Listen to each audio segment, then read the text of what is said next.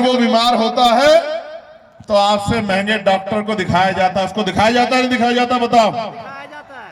अच्छा और सुनो, आप खाते हो सादी रोटी, उसके लिए आती है ब्रेड। आप पीते हो पानी वाला दूध, उसके लिए आता है टोन मिल्क। समझते नहीं समझते हो? और सुनो, अगर वो उसको गर्मी लगेगी उसके लिए लगेगा एसी। लगता है नहीं लगता है? अगर उसको सर्दी लगेगी उसके लिए लगेगा हीटर। आपके लिए भी कुछ लगता है क्या? तो जानवरों की जिंदगी हमसे अच्छी है या नहीं है? देखो, बाबा साहब अम्बेडकर ने हमें हथियार दिया है, बस हम उसको चलाना समझ जाए। उस हथियार का नाम है वोट। ये वोट इतना ताकतवर है, इस वोट के आधार पे एक चाय बेचने वाले प्राइम मिनिस्टर बन गए। समझे नहीं समझे? और ये वोट इतना ताकतवर है कि मेरे जैसे प्राइमरी स्कूल के मास्टर का बेटा आज उसी चाय बेचने वाले प्राइम मिनिस्टर के सामने आंख से आंख मिला के अपने लोगों की लड़ाई लड़ने का काम करता है। अभी सुनो, मैं तुम्हें बताता हूं, अभी सुनो। एनआरसी का मामला, आप अपने दिल पे हाथ रख के बताना, क्या मेरे अलावा कोई था जिसने जेल काटी हो? मुझे 250 लाठियां मारी गई, मेरे पैरों के नखून खींच लिए गए। मैं नहीं बता सकता दर्द आपको, मेरी रीढ़ की हड्डी में गैप है। मेरा भाई जानता है कासिफ कि मैं बैठ नहीं पाता हूं। ये जुल्म मैंने इसलिए सहे क्योंकि मैंने वादा किया था जमा मस्जिद पे खड़े होके कि इस जालिम भाजपा सरकार को एनआरसी का कानून हम लोग लागू नहीं करने देंगे किसी भी कीमत पर। फिर दिल्ली में सतगुरु रविदास जी महाराज का गुरु घर तोड़ दिया गया। सतगुरु रविदास जी महाराज हमारे कुल गुरु हैं। ये घर तोड़ के गुरु घर हंस रहे थे हम पे। मैं अपने लाखों लोगों के साथ दिल्ली कूच कर गया। 96 लोग हम लोग 66 दिन तक जेल में रहे, लेकिन केंद्र की सरकार को और सुप्रीम कोर्ट को दोनों को झुका के वो गुरु घर वापस लेने का काम किया। फिर किसानों का आंदोलन आया, पूरे 13 महीने उनका साथ दिया। पहलवान बेटियों के सम्मान की बात आई, उनकी लड़ाई लड़ी।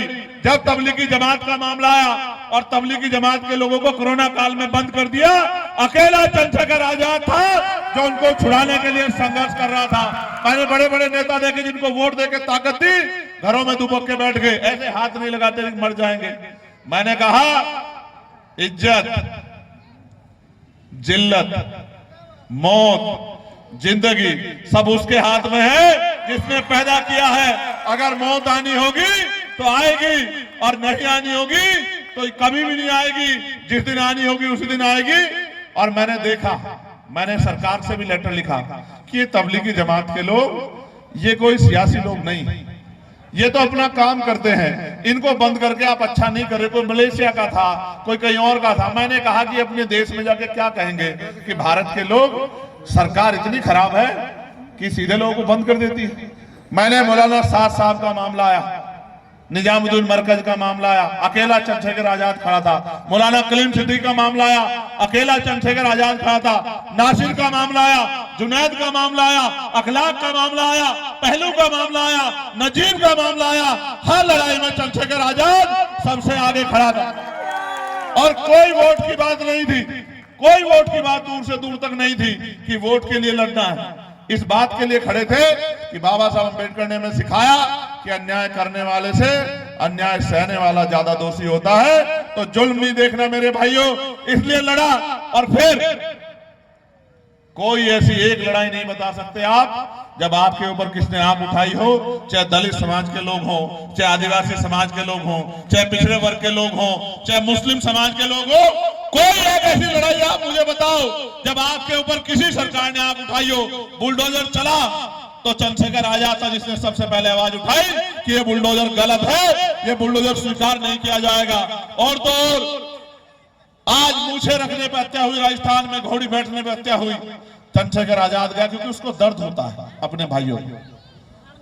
कोई ऐसा मामला नहीं है जिसमें मैंने और मेरे साथियों ने लड़ाई ना लड़ी हो। लेकिन साथियों, सड़कों पे तो हम लोग लड़ते हैं, लेकिन सोचो, आप मुझे पार्लियामेंट में सुनते हो ना, मैं घबरा के बोलता हूं या डट के बोलता हूं? बताओ।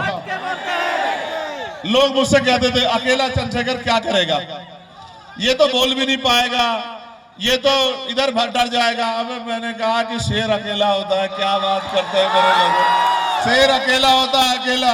जंगल में चुनाव नहीं होते। मैंने कहा कि जाने तो जिस दिन से गया हूं सरकार की नाक में दम करके रख दिया। मैं आपको कहना चाहता हूं और बहुत सारे लोगों को बोलना सिखा दिया मैंने। वक्फ का मामला आया, मैं आज आपको विश्वास से कह रहा हूं, पार्लियामेंट खुलवा के देखो, पार्लियामेंट के स्पीच अकेला चंद्रशेखर आजाद था जिसने पार्लियामेंट में खड़े होकर कहा कि हम इस बिल को स्वीकार नहीं करेंगे। वक्त के आधार पर अगर आप हमारे लोगों की जमीन, हमारी मस्जिदें, हमारे मरकज, हमारी खानकाह अगर लूटने का काम करोगे तो हम सरकार को ईंट से ईंट बजाने का काम करेंगे, हम पीछे नहीं हटेंगे। और मैं इसलिए सोचता हूं कि आपको मिल क्या रहा है इस देश में। अगर आपको इज्जत की जिंदगी में नहीं मिल रही तो क्या मिल रहा है? फिर मैं समझता हूं कि आज भी हमारे लोगों को जानवर से ज्यादा नहीं माना गया।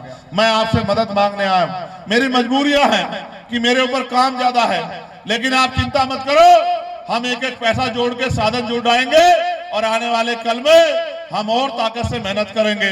लेकिन देखो, आप 10 रुपए का सामान खरीदने जाओगे, कई बार देखोगे सामान अच्छा है बुरा है, लेकिन वोट डालने जाते हो नहीं देखते हो। अब ये मत समझना कि ये अंसारी, नाजिर अंसारी है, इसके पीछे देखना कि आपका भाई चंद्रशेखर आजाद खड़ा। जय जय जय जय जय भाई। और ये 1 और 1 11 है। जैसे जैसे आप केतली का बटन 20 तारीख को दबाओगे वैसे वैसे चंद्रशेखर आजाद की ताकत बढ़ती जाएगी। और जैसे जैसे ताकत बढ़ेगी आप देखना, मेरा भाई भी असेंबली में ऐसे ही शेर की तरह दहाड़ेगा जिस तरह आपका चंद्रशेखर आजाद पार्लियामेंट में दहाड़ता।